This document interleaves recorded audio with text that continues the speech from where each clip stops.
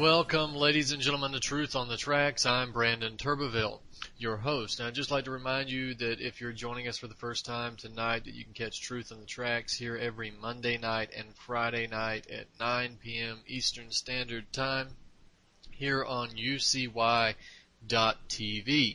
You can access the show's personal webpage at ucy.tv/TT for Truth on the Tracks. Also, for those of you who are interested in my work, you can find many of my articles, most of them, in fact, at activistpost.com. I am a staff writer at Activist Post. Also, you can check regularly the antimedia.org and progressivegazette.com as well. Now, if you're just interested in my work specifically, then I would suggest that you go to brandonturbeville.com. And that's the website where I repost all of my articles, all of the archive versions of this show, and all of the YouTube videos and interviews and so forth, and all the relevant information there. So that's brandonturbeville.com. You can also find my books there at the Books tab up at the top. You can also find out how to contact me if you need to. So make sure you go to that website and check out the information there. Now, tonight, last week, what we did was we focused mainly on foreign policy. We focused on Ukraine, on Egypt, on Syria, on Taiwan. And, of course, we mentioned the Scott Olson situation where the police that were involved in shooting Scott Olson were actually promoted.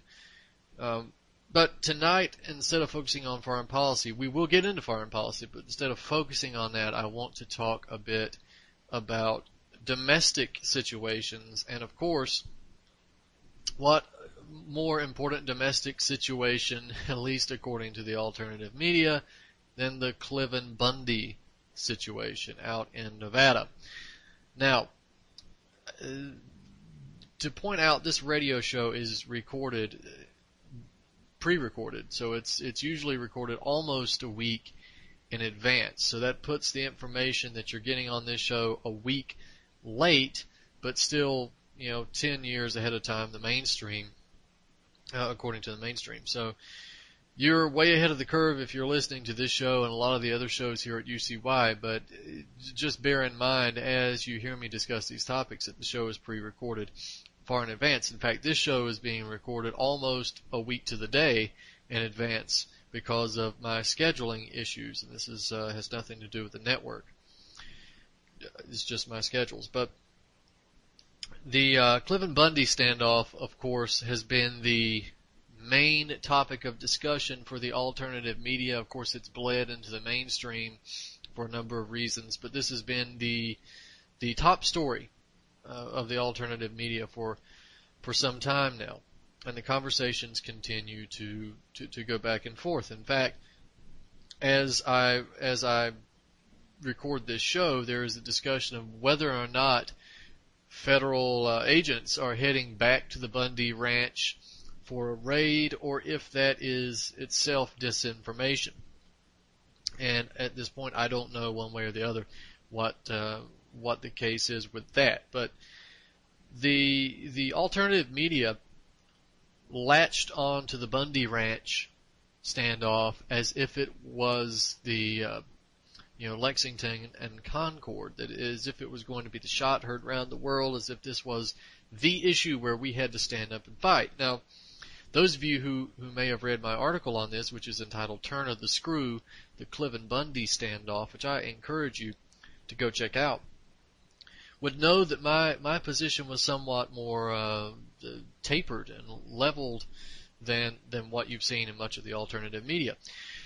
Much of the alternative media would have you believe, as I said, this was going to be the start of the Second American Revolution, and that we all had to plant our flag with the Bundys and prepare to start the battle, to start the shooting if we needed to. Now, you've known on this show for some time, and I've talked about it, that at some point the American people are going to have to draw a line in the sand. They are going to have to say, I am not going to stand for this anymore, and if you cross this line, there will be repercussions. There are numerous issues where the American people could do that, where they would be justified in doing so. And yes, if the shooting started, the American people would be justified. I always advocate peace. However, I am also aware that sometimes peace uh, is not respected, and sometimes violent people only understand violence. So I am not of the opinion that only peace can achieve a goal, and that violence should be out of the question, because there are times when violence has to be used. There's just no way about it. No other way out of it. The question is, was this situation just that type of situation? Was this the line in the sand? Well, before we start, one thing I will say, for the protesters that showed up, particularly the armed protesters, the effect that this had on the BLM agents, the other federal agents and police that were at the Bundy Ranch, well, that effect was largely real. And I would also say to the police and to the federal agents, it's not so fun when those guns are on the other side, is it? It's not so fun when the barrels are pointing back at you. You're not so damn tough now, are you? But regardless, that also shows you that when people draw a line in the sand and say, we're tired of this, we're not going to put up with it anymore, and if you cross this line, we will shoot, that has an effect. But, again, the issue at hand is this situation and how it's been played in the alternative media. So I think because you're not going to get this information on virtually any other program, that I sort of owe it to my audience to go against the grain here, where I see that there are issues that should be questioned, and question them, and let you make your own decisions. But I will also say that I do not believe that this Bundy Ranch situation was the situation in which we should have planted our flags. Now, so let's get into this. One of the first things we have to admit from the beginning, right, is that the government actions against the protesters were reprehensible. We have instances of the BLM thugs tasing unarmed civilians, manhandling protesters, slamming old women to the ground, violating the First Amendment with their First Amendment areas, which is unconstitutional and should never be respected. You see one of those barriers, you tear it down and burn it. Free speech zones. The whole damn country is a free speech zone. That's what the First Amendment is about. So that has to be admitted. Now, what I would also argue is that the treatment of the protesters was more of a cause for the reaction of the protesters, sort of a chicken-egg thing, but the treatment of the protesters was more of a cause for mass uprising, we shall say, than the Bundy situation, that what got the protesters out to begin with. Now, of course, we also got to mention the fact that that surrounding the ranch with all these armed agents, these stupid military vehicles and snipers for God's sake, this was reprehensible. This was too much show of force. This only proves the point that people are trying to make when they talk about the police state. People like me who have pointed out that you live in a police state. This is not something that's coming. This is something that's here. It only shows you the militarization of police and the fact that these drones will do anything that they're told to do. But with that in mind, we've got to talk about what this Bundy situation really was. Alright, so if you listen to the mainstream media, they would say that, basically Bundy's an armed insurrectionist who wants to rape the environment and steal federal land, and that there's no cause for concern.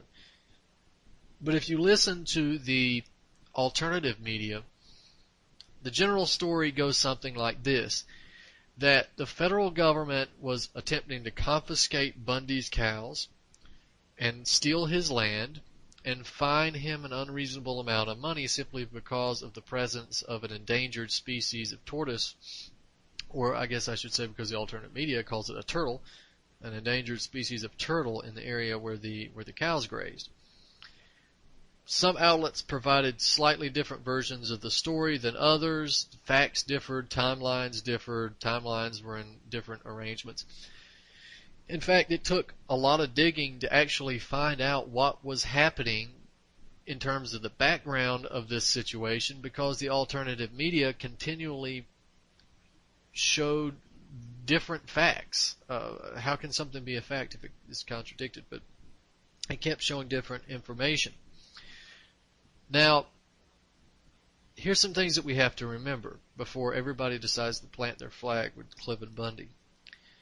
Bundy's cows had been grazing on federal land. This was not Bundy's land. This is not disputed by anybody in terms of the location, right? That this was not Bundy's land. This was, or at least we should say, at least belonging to a government.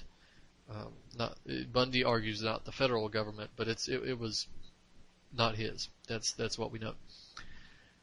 Because of the fact that Bundy was using public lands for commercial purposes, ranch cattle and ranch cattle grazing, that's commerce, ranchers are required to pay a grazing fee to the Bureau of Land Management, and that fee amounts to about $1.35 per animal. This is not an unreasonable demand.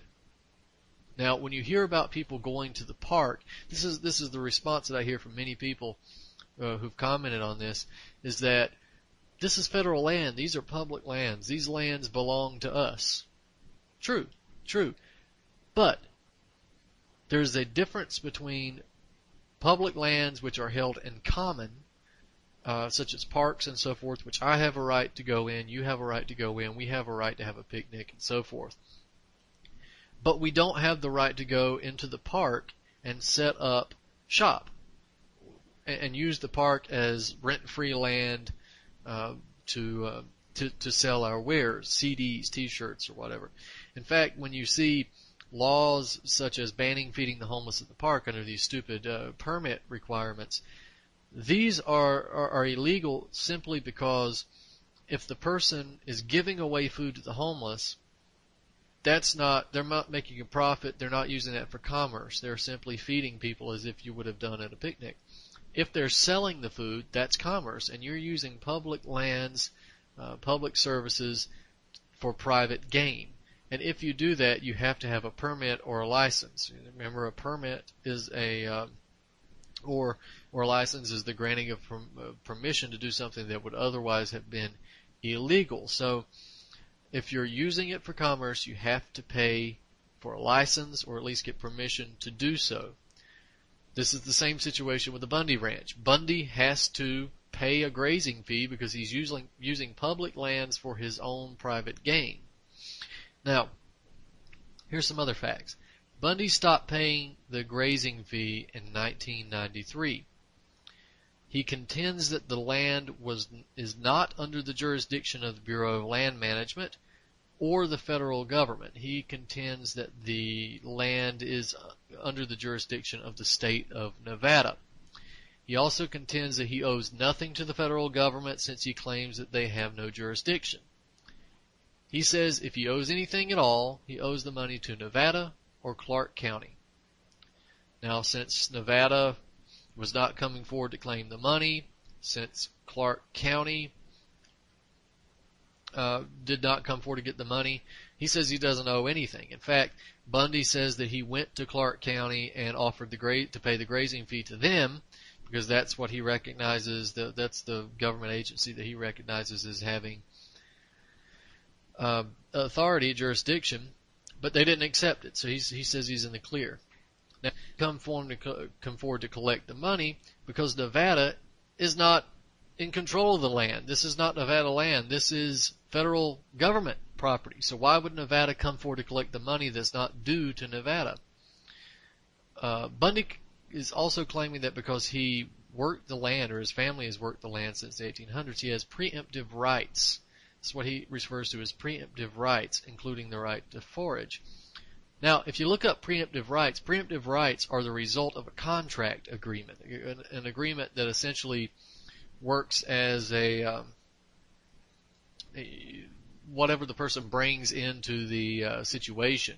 right? Whether take Bundy's situation, his preemptive rights being the right for his cows to graze on public land would be entered into the contract because he was allegedly his family was already there, and the preemptive rights would allow him to be there until he sells to another rancher who would not have those preemptive rights because it doesn't it's not in the contract. This is a new contract, and that family presumably would not have been working the land for such a long time since before the original contract. So that's the idea of preemptive rights. But the point of that is to say that preemptive rights are the result of a contract agreement. You can't have preemptive rights if you don't have a contract.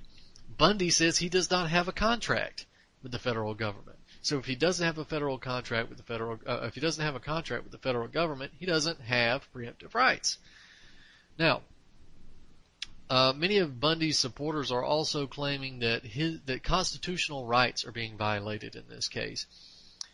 And this is something I hear. These are buzz terms now. It's a shame that the Constitution, tyranny, oppression, we the people, and I beg the alternative media and listeners to never use the term we the people to refer to the American public ever again. That's old. It got old a long time ago, and I'm asking you to please stop it. It's just corny. But these buzz terms now: tyranny, oppression, government tyranny, violation of constitutional rights. We the people, liberty, freedom. All this stuff has now become buzz terms, and so the assumption is that his constitutional rights are being violated, constitutional bounds are being overstepped. And what people cite when they're actually told to cite it, because many of them just begin saying this without thinking that constitutional rights are being violated, what they refer to is Article 1, Section 8, Clause 17. This supposedly restricts the federal government, according to the Bundy supporters, from buying from states except for the purpose of erecting forts, magazines, dockyards, and other needful buildings. Well, the first thing in response to that is the land in question belonged to the federal government long before Nevada even became a state. So it's impossible to buy land from a state that doesn't exist yet.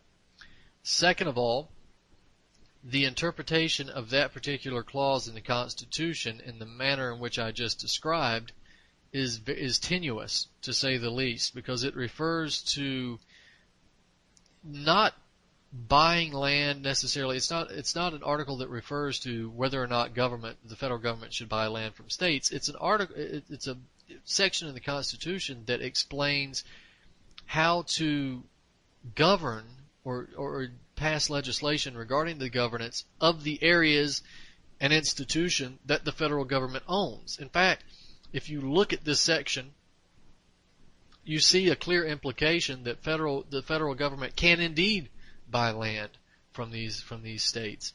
The question of this section, this article, and this clause only refers to how the government can manage and govern those areas that they've bought. So this is taking it out of context, and so it's a pretty weak attempt at trying to justify the claims of constitutional rights being violated. The constitutional rights being violated are the First Amendment zones and the treatment of the protesters. Those are your constitutional rights violations, not Bundy.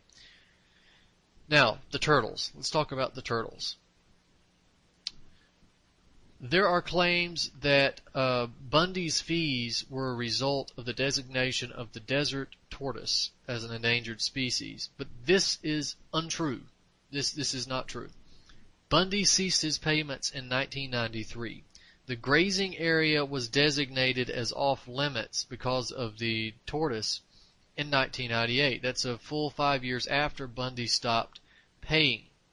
So the turtles didn't play a part in Bundy's decision to stop paying his grazing fee. In fact, for the turtles, and I call them the turtles because that's what I keep hearing in the alternative media. All right, let's continue with this for a minute. The Desert Tortoise Conservation Center, which was the little center that was placed into the land where Bundy's cattle were grazing in 1991, the tortoises were moved in 1991 in order to protect them from becoming extinct but they were moved from southern Las Vegas. Now they aren't native. Well, I guess I won't say that they're not native. Those tortoises and that center was not there. It was not really indigenous necessarily to that very area. Southern Las Vegas is where the tortoises came from. They were shipped in from southern Las Vegas because they were in danger of becoming extinct because of a development in southern Las Vegas. Now this is apparently a money-making effort that outweighed the concern for nature that these organizations had. Now they didn't care about the desert tortoise when southern Las Vegas was engaged in this development. If they were concerned about the desert tortoise then, they would have come in and said, stop the development in southern Las Vegas, we got to protect these tortoises. Instead, they picked up the tortoises, they shipped them to another area under federal land, and there they remained. Now,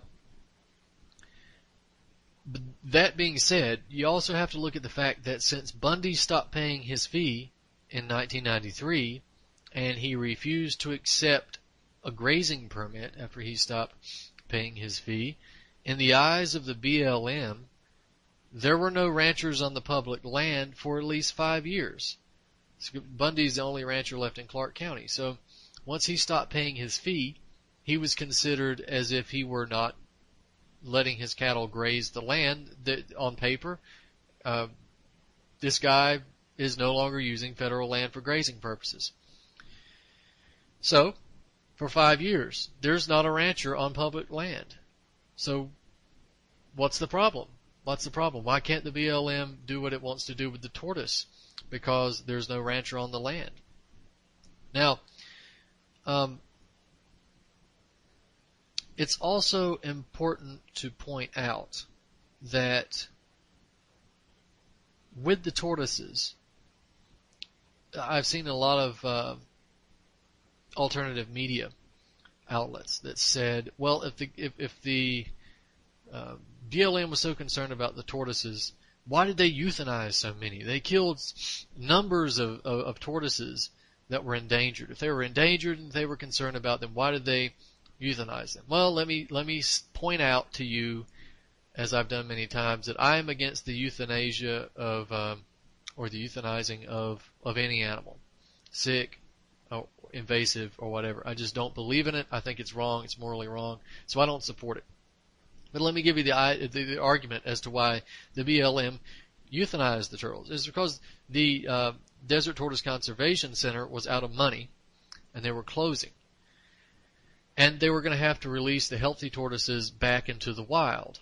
Well, they have sick tortoises as well, which they didn't want to release back into the wild so they could contaminate the healthy tortoises and then kill them off. So they euthanized the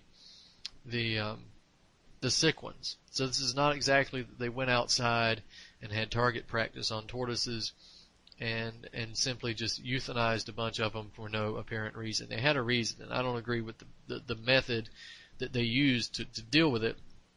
But that's why. It wasn't because they were just euthanizing turtles left and right. Now, the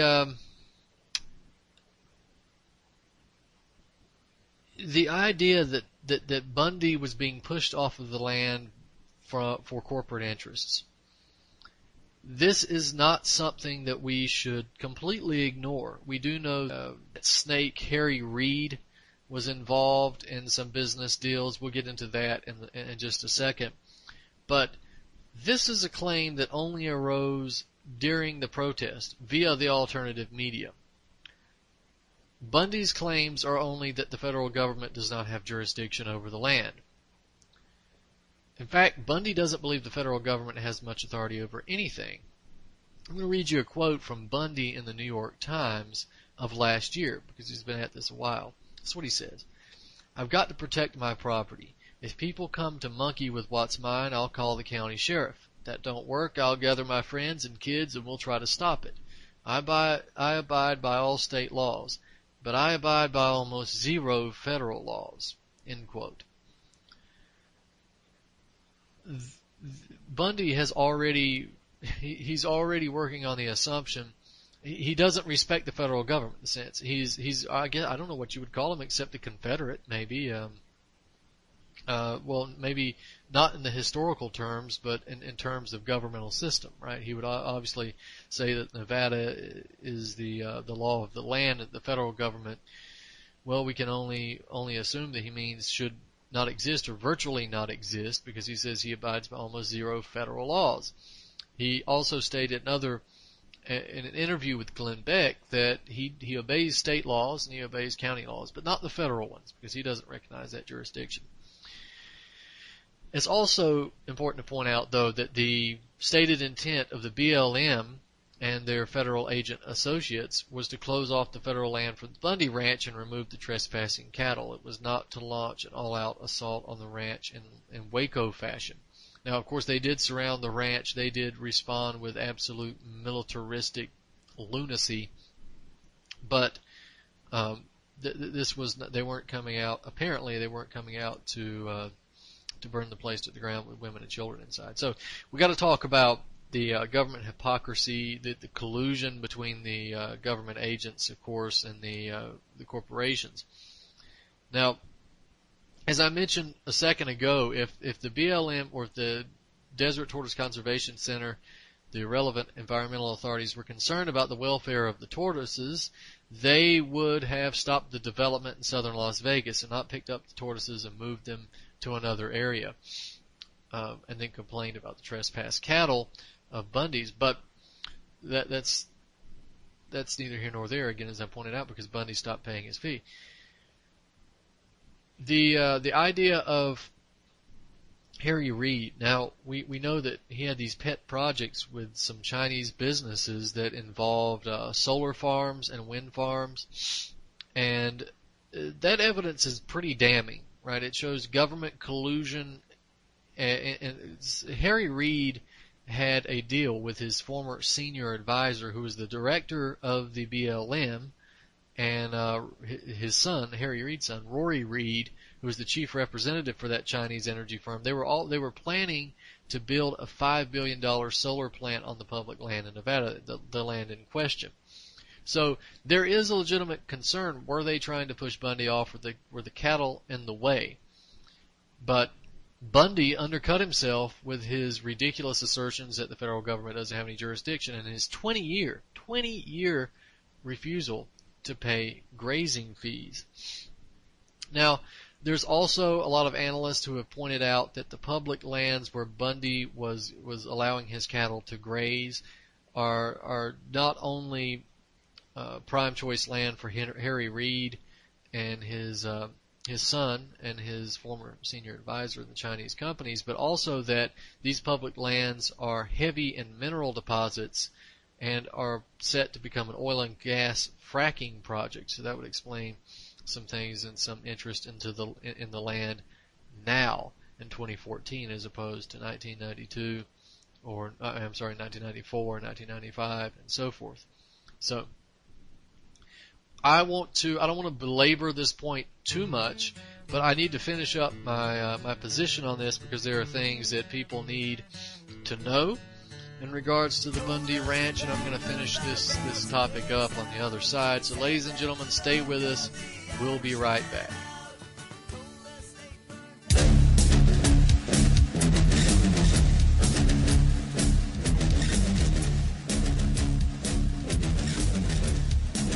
Now to a story that takes us out to the western U.S., to Nevada, where a standoff between the federal government and a local cattle rancher involving an armed militia almost turned violent. Hari Srinivasan is in our New York studio with this report. Armed militiamen pointing guns at federal officials over cattle. For more than 20 years, Nevada rancher Cliven Bundy has refused to pay fees for grazing cattle on public lands, some 80 miles north of Las Vegas. The U.S. Bureau of Land Management says Bundy now owes close to $1 million. He says his family has used the land since the 1870s and doesn't recognize the federal government's jurisdiction. Last year, a federal judge ordered Bundy to remove his livestock. He ignored the order, and 2 weeks ago, BLM agents rounded up more than 400 of his cattle. Last weekend, armed militia members and states' rights protesters showed up to challenge the move. I came here because I don't believe the BLM has any authority whatsoever. They have no law enforcement authority in Clark County, and they have no business whatsoever destroying the pursuit of happiness of one of our friends and brothers. Rather than risk violence, the BLM did an about-face and released the cattle. But the dust-up has put long-standing disputes over Western range rights squarely in the spotlight. Last night, Nevada Democratic Senator Harry Reid blasted the protesters. These people who hold themselves out to be patriots are not. They're nothing more than domestic terrorists. And I think that we are a country that people should follow the law. The BLM now says it is pursuing a peaceful resolution through the courts. We're joined now by Ben Botkin from the Las Vegas Review-Journal. So, Ben, help us understand, how did this escalate into the standoff that it was? Well, the entire situation leading up to the standoff took 20 years. It was 20 years in the making. You had a couple of court orders that the BLM obtained to obtain the cattle, which that came because Cliven Bundy wasn't paying his grazing fees. But in the last few days before the standoff, you had a bunch of different types of groups and people, everyone from groups who called themselves militia to so-called patriot groups, and just others across the country gathered together over the course of several days leading up to Saturday. And at that point, Saturday, the Bundy family took the protesters, went up to the corral where the BLM had rounded up their cattle, and after a short, brief negotiation and standoff, the BLM decided to release several hundred cows back to the family. There's no formal agreement, but during that standoff there were guns drawn from both sides, so rather than run the risk of bloodshed, the agency at that point decided to release the cattle. So how many cattle are we talking about here? They rounded up a few hundred. Did they release them all back? They did release them all back. They rounded up about 350 to 400 or so over the course of about a week. It was intended to be a month-long roundup that would have required gathering a few hundred more cows. That didn't happen. They stopped the round-off. So now there's a lot of unanswered questions about what's going to happen next, because there's no formal agreement between the BLM and the Bundys for the release of the cows. For more news, visit youtube.com/pigmind5. This is Ozzy Skateboard, and you're listening to UCY.tv.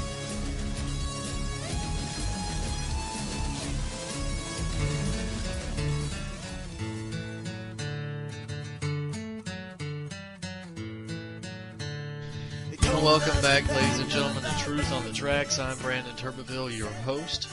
Again, reminding you that if you're just joining us for the first time tonight, you can find Truth on the Tracks here at UCY.tv every Monday night and Friday night at 9 p.m. Eastern Standard Time. Now, we were talking about, before the break, I was talking about the Bundy Ranch situation and how this is not exactly the incident where I would plant my flag and go to the defense of somebody who, frankly, is who has broken the law. I'm not going to go to the defense of someone who is acting irrationally. But I think I broke down the situation well enough in the first half hour, but I will also discuss the rest of what I had to say here on this side. Now, one of the ideas here, as I said, is that Bundy doesn't believe the federal government has jurisdiction over the land. He constantly cites constitutional violations.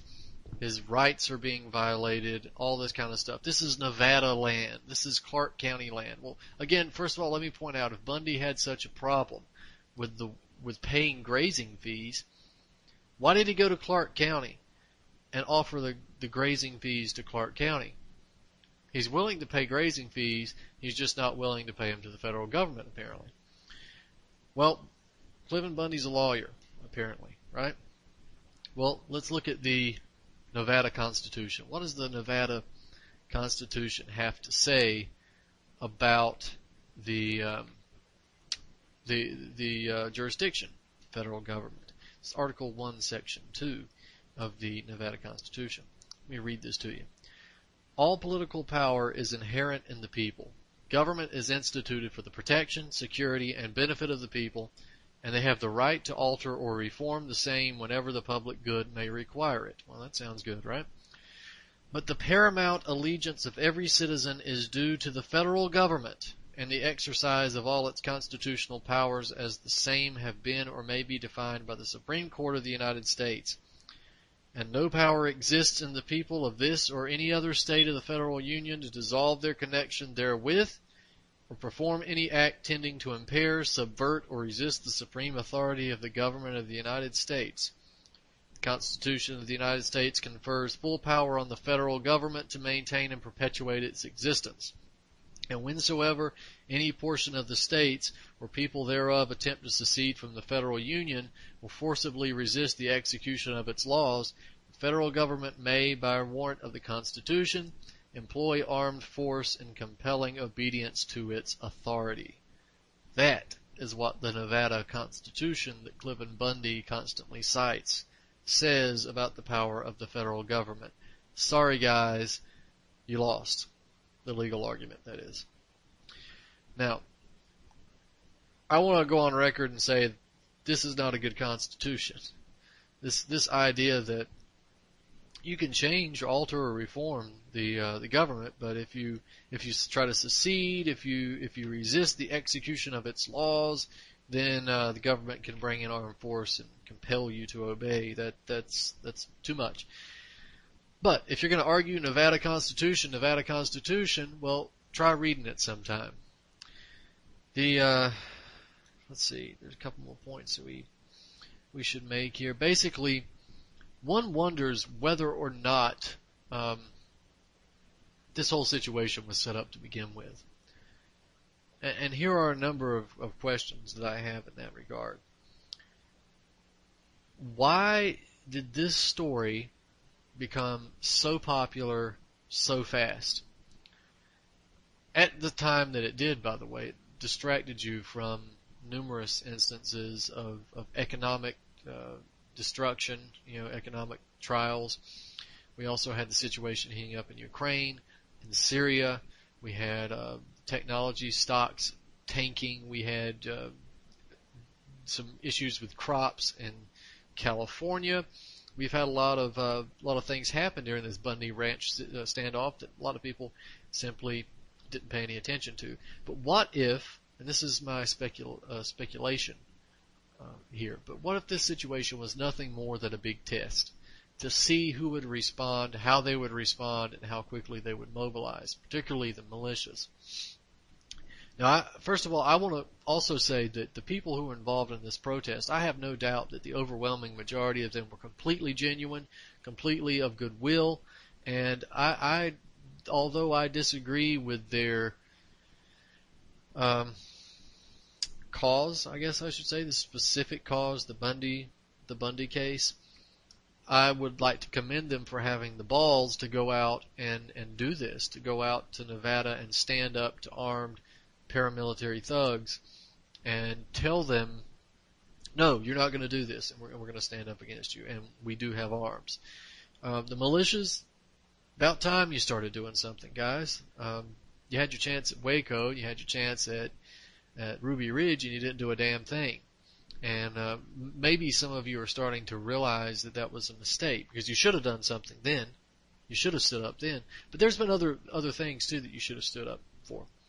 But again, what if this was not some kind of physical trap, or where they were simply gauging the response of the American people and the militias?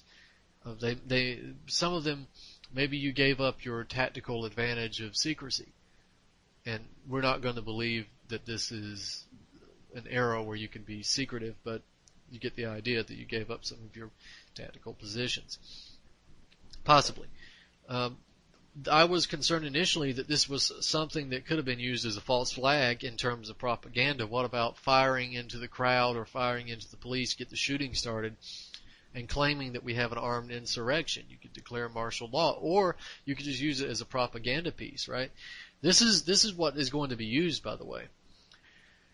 Gun owners, people who support personal liberty, property rights, so forth, are going to be demonized now. People who talk about the oppression of the federal government, who use words like tyranny and liberty and constitution and so forth, now are going to be demonized, and they're going to say, look, these guys went out west and tried to have an armed insurrection. They were willing to kill police. The poor police, the poor police.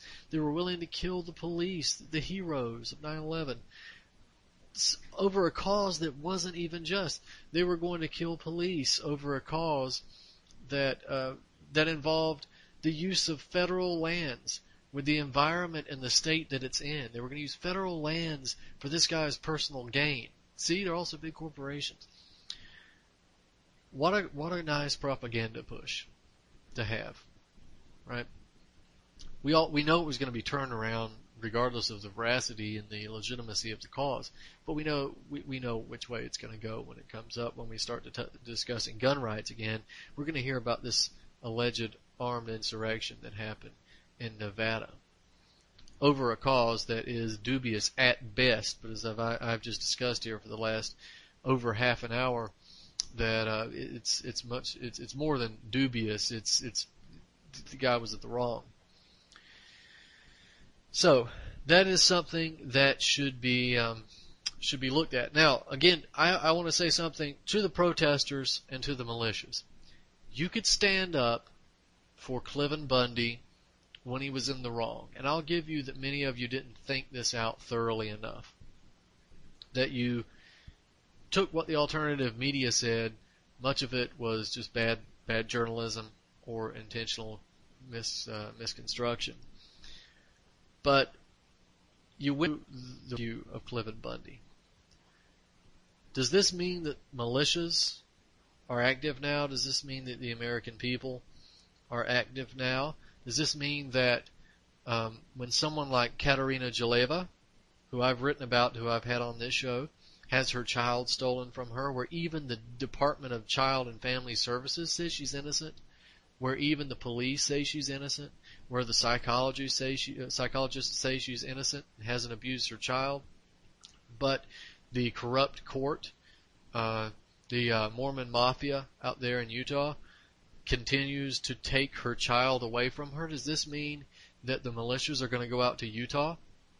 Does this mean that the American people are going to rally about her?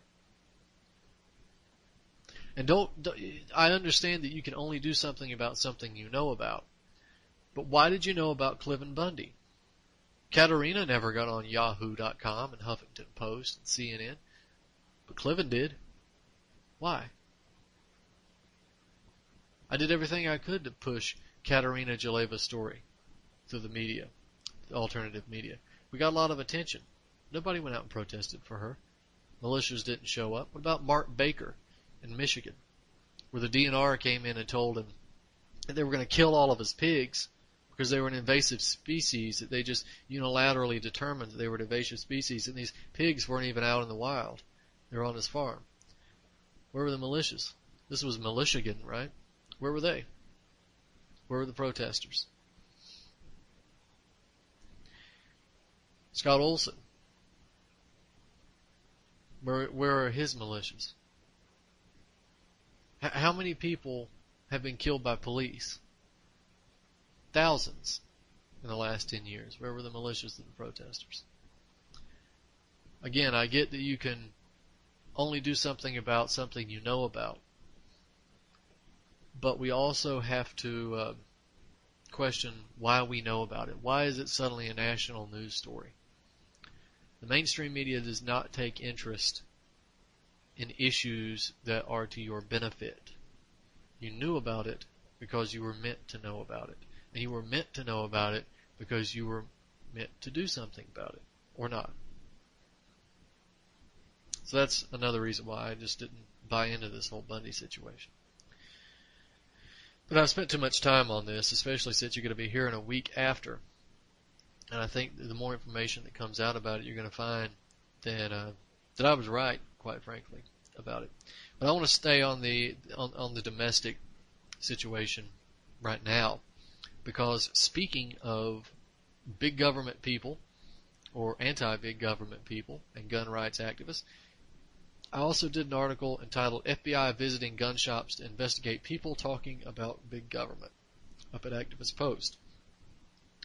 And basically what happened was that on Monday of this week, which would be Monday of last week for those of you who are listening now, a Columbia, South Carolina gun shop got a visit by the FBI counterterrorism agent, the local FBI counterterrorism agent.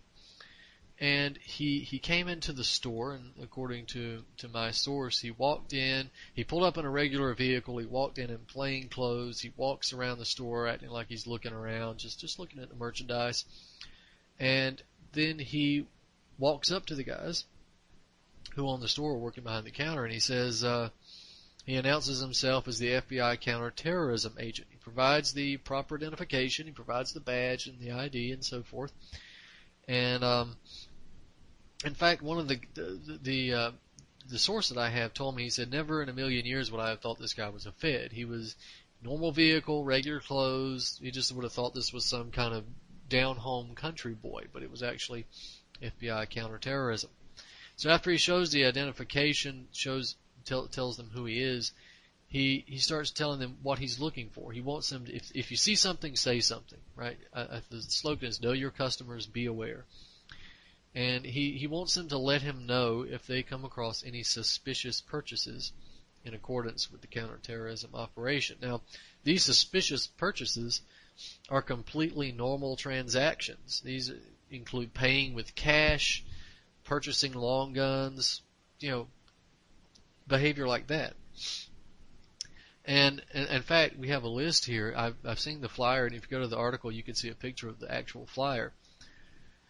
But these are the trigger behaviors: payment in cash or someone else's credit card, reluctant or unwilling to produce valid ID, large purchases or unusual inquiries into buying in bulk, lack of knowledge involved in firearms or product usage, hints at illegal or misuse of explosives, new or unknown customers, nervousness or evasiveness. Now think about this last one. All of them are ridiculous, but think about the last one.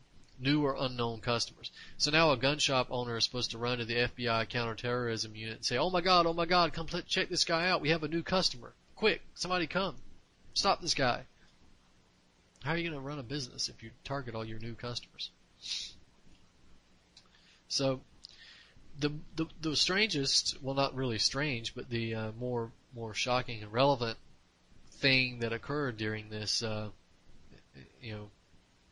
interaction was the fact that the guy said, this is a direct quote, if you see some Middle Eastern guy come in, you don't have to be so worried about that. What we're really looking for are people talking about being sovereign, such as sovereign citizens, or people talking about big government. This is what the FBI counterterrorism department, agency, is worried about. Sovereign citizens and people who don't like big government. So, government's drawing its line in the sand, and it's time for us to draw our line in the sand. But I wouldn't do so over Cliven Bundy. I think we have to be a little more intelligent about where we draw our lines in the sand and what we, how we go about that.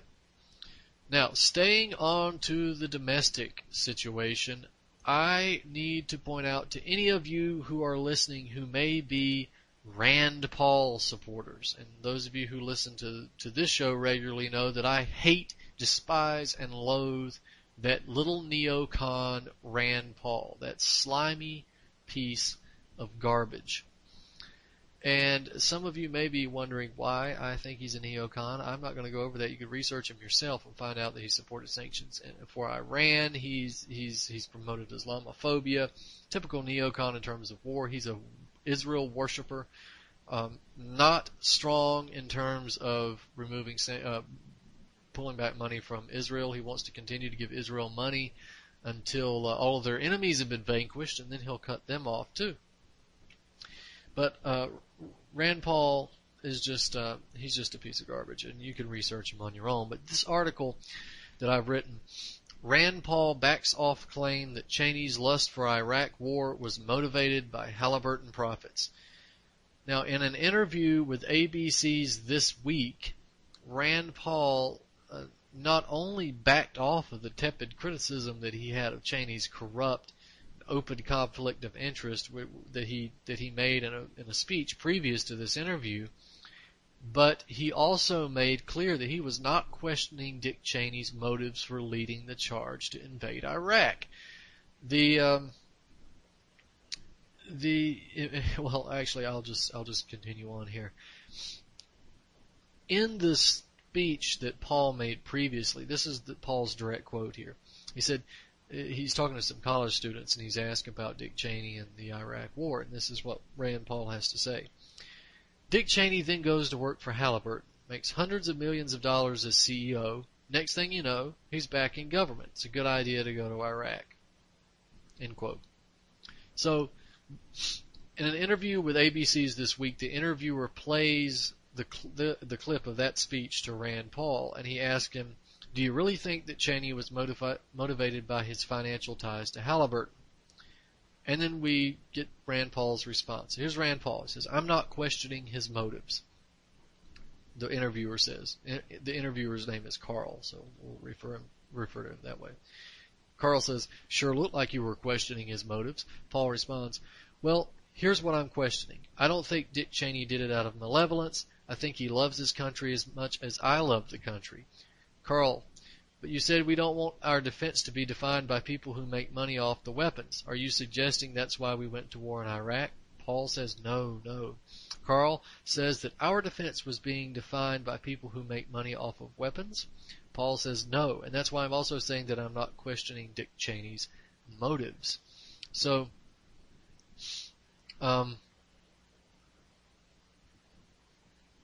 he says there's a chance of conflict of interest. At one point in time, he was opposed going into Baghdad. Then he was out of office and involved in the defense industry, and then he became for going into Baghdad. So that's the end of Paul's quote. So, as I say in the article, this does put Rand Paul and Dick Cheney in the same boat, because Cheney was allegedly opposed to going into Baghdad, at least publicly.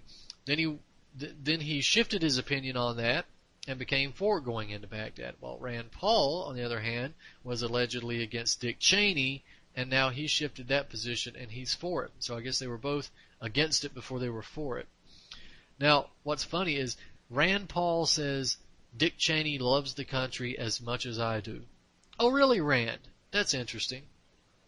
Well, I'll take you at your word for it. Here's another quote from Rand Paul, because he apparently considers Dick Cheney a patriot as well. So listen up, libertarians. Listen up, Republicans. Listen up, conservatives. Listen up, anarchists. This guy is leading you down the garden path to destruction. Libertarians, anarchists, conservatives, you want to be neocon Republicans? You want to be neoconned? Vote for this piece of crap. Alright, here's what Rand Paul has to say. The point I was trying to make is one similar to one Eisenhower made. He said that the military-industrial complex, beware, because then they could be influencing policies by people who make money off of government contracts. I wasn't intending really to impugn his personal motives. I think he is a patriot as much as anyone else, and wants what's best for the country. I don't always agree with him, but I don't question his motives. End quote. Well, if you don't question his motives, Rand, either you probably have the same motives, or you support his motives, or you are just too stupid to be trusted with any authority whatsoever. And you think Dick Cheney is a patriot? Here, a number of things are going on here, right? One, in Rand Paul's definition, Dick Cheney is a patriot. Two, Rand Paul is an idiot and can't tell the difference. Three, Rand Paul really doesn't believe Dick Cheney is a patriot, but he's lying so that he can mobilize the Republican base for the presidential run. In other words, he's a liar.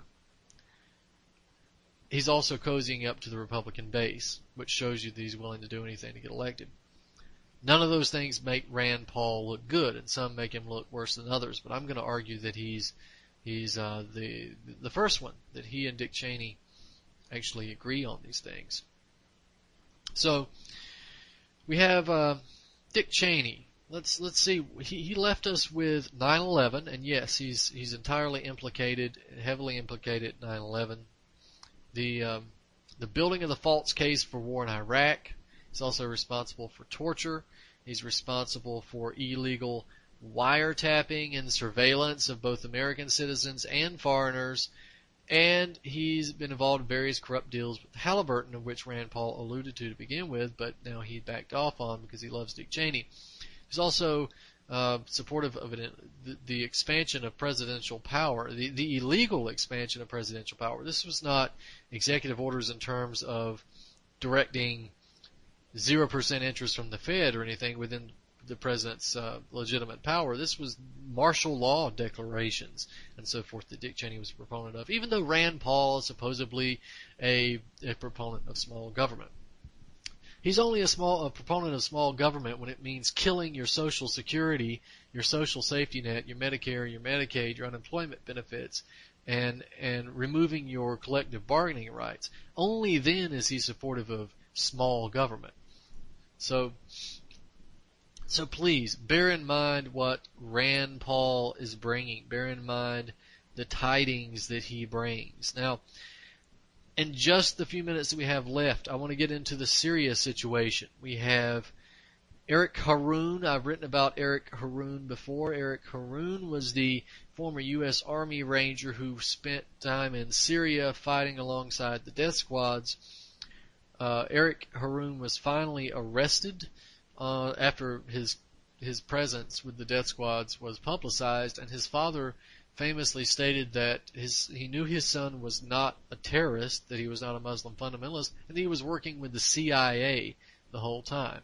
So this led many people to wonder whether or not he was a CIA agent who was working to mobilize the death squads and overthrow Assad, which of course all evidence shows that that's what he was. But Eric Haroun is now dead. This is interesting. He got out of prison. He wasn't sentenced to prison like he should have been, but he was given a few months of parole, and he had intended to go back to Syria to fight with the death squads. But Eric Haroun is now dead, and apparently died of an overdose. So this is, if you want to read up on that and see the sources I've got, it's U.S. Army vet and Syrian rebel with possible links to CIA found dead. So you can check that out. Well, we're toward the end of the show here. Again, I want to remind you that you can catch Truth on the Tracks here every Monday night and Friday night at 9 p.m. Eastern Standard Time here at ucy.tv. But if you order anything on Amazon, I try to get a plug out for the network sometimes because I have a vested interest in staying on the air and seeing the network do well. And plus, those of you who know the owner of of UCY, Jules, know that she works really hard at keeping this whole thing afloat. It's pretty much a one-woman show on her end, even though we have all these hosts. Most of us just do the radio show and our own things. It's Jules that holds everything together. So if you want to support her in this effort and keep UCY on the air, then if you order anything from Amazon, then all you got to do is go to the UCY homepage at ucy.tv and look where it says the Amazon link. It's a little hard to find, but you can see it says click here to support us using our Amazon link, and you click on the Amazon link, takes you to Amazon, and you just buy whatever you need on Amazon normally as you normally would, and part of that money goes to UCY. They'll get a fraction of the profits. It doesn't cost you anything extra. So if you order on Amazon, please just take the extra second to go to the homepage and get the Amazon link, and then order your material. Also, if you have just a little bit of money to donate, you can go to the ucy.tv homepage, click on the donate button. Even if it's 50 cents, just drop it in there. Every little bit helps. So, again, remind everybody to check out BrandonTurbeville.com. Keep listening to the show. Got some more interesting guests coming up here in the near future.